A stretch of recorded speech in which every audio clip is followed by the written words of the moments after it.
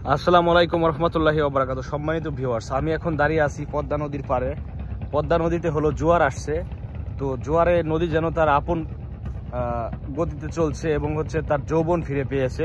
নদী ভরা পানি থাকলে যৌবন ফিরে পায়। পদ্মা নদী যেন কানায় কানায় পরিপূর্ণ হয়ে ওঠে এবং মনে হয় যে নদীর অনেক আনন্দ, নদীর বুকে হচ্ছে ভালোবাসার যে একটা ঢেউ সেটা জাগে।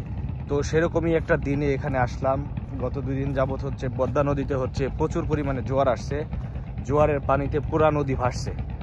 তো ওইদিকে দেখেন লঞ্চ যাচ্ছে, লঞ্চ ভর্তি মালামাল নিয়ে যাচ্ছে নাবিকেরা। ওইদিকে হচ্ছে ইটের ট্রলার, ওই ট্রলারগুলো যাচ্ছে।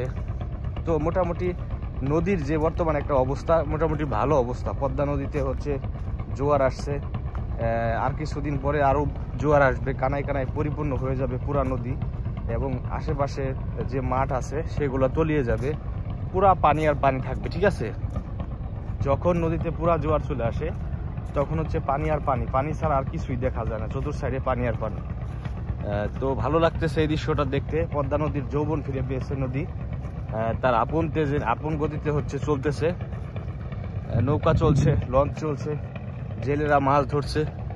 সব কিছু মিলে মানে সৌন্দর্যময় একটি জায়গা হয়েছে পদ্মা নদীর পাড়। এখানে আসলে মন প্রাণ সব কিছু ভরে যায়। কারণ পদ্মা নদী হচ্ছে এমনই একটা জায়গা, নদীর পাড়ে কোথাও যদি বাতাস না থাকে, হাওয়া না থাকে, ঠান্ডা হাওয়া পদ্মা নদীর পাড়ে আসলে হাওয়াটা গায়ে লাগানো যায়। খোলা আকাশের নিচে মুক্ত হাওয়ায় গাটাকে ভাসিয়ে নেওয়া যায়, খুবই ভালো লাগে। মাঝে মধ্যে ছুটে চলে আসবেন পদ্মা নদীর পাড়ে, দেখবেন যে আপনার ভালো লাগবে। পদ্মা নদী হচ্ছে এমনই একটা নদী যার কুল ঘেঁষে রয়েছে বিস্তার মানুষের বসবাস।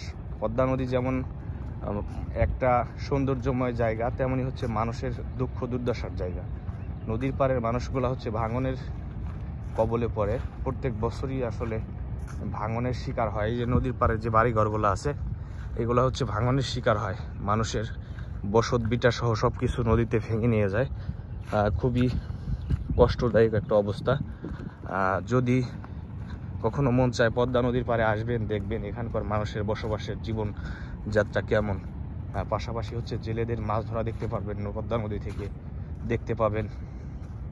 নদীতে লঞ্চ চলছে, স্টিমার চলছে, নৌকা চলছে, সব কিছু দেখতে পারবেন। পদ্মা নদীর পাড়ে না আসলে এটা দেখতে পারবেন না। তো আমরা যেন আসলে মনকে আনন্দে রাখতে কখনো পদ্মা নদীর পাড়ে ছুটে আসি, তাহলে আমাদের ভালো লাগবে।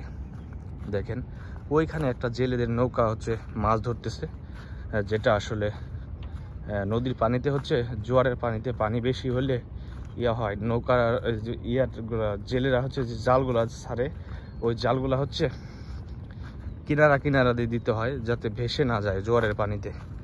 ও সেটাই করতেছে ওইখানে, খুব ভালো লাগে। এই যে দুয়ারিগুলা নদীর পাড় দিয়ে হচ্ছে সাজিয়ে সাজিয়ে রাখছে জেলেরা। আর এই দুয়ারির মধ্যে এটা লড়ে কি, ও মাই গড, দুয়ারির মধ্যে এটা কি ঢুকছে, গুই সাপ।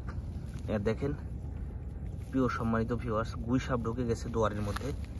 এই যে গুই সাপ দেখতে পাচ্ছেন, এই আটকা পড়ে গেছে জালের মধ্যে। ঠিক আছে, বেরোনোর চেষ্টা করতেছে। ও এটার মধ্যে ঢুকলো কিভাবে, এটাই তো কথা।